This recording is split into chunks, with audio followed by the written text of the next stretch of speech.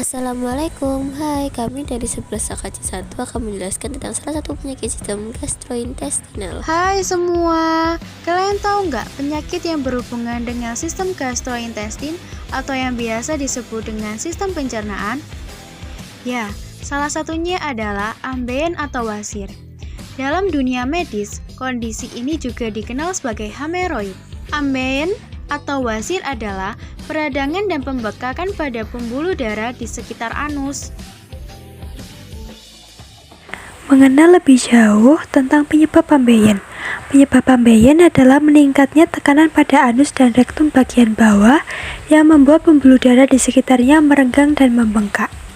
Ada beberapa kondisi yang bisa memicu meningkatnya tekanan tersebut, seperti terlalu lama duduk di toilet, diare atau sembelit yang kronis, mengenjan terlalu keras saat buang air besar, kehamilan, obesitas, kurang mengonsumsi serat, rutin mengangkat beban berat, melakukan seks anal, bertambahnya usia.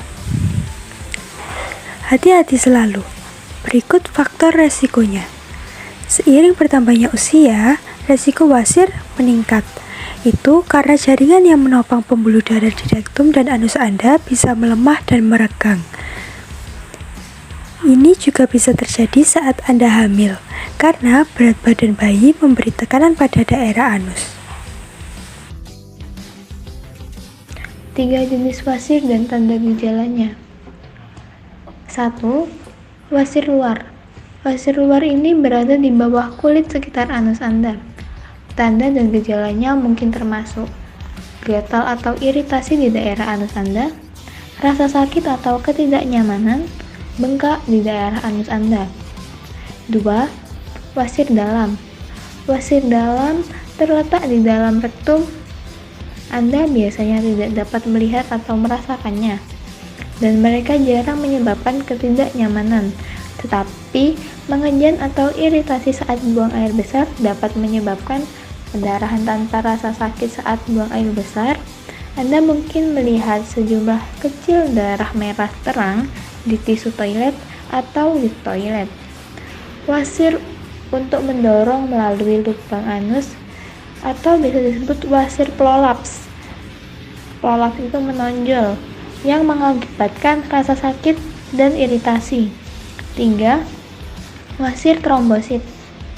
Jika darah menggenang di wasir eksternal dan membentuk gumpalan atau biasa disebut trombus, hal ini dapat mengakibatkan sakit parah, pembengkakan, peradangan, benjolan keras di dekat anus Anda. Yang terakhir yaitu pengobatan untuk penyakit hemoroid, terbagi menjadi pengobatan secara medis dan juga pengobatan secara mandiri di rumah. Pengobatan secara medis yaitu kauterisasi, membakar atau membukukan bagian tubuh untuk mengeluarkan jaringan atau menghentikan perdarahan.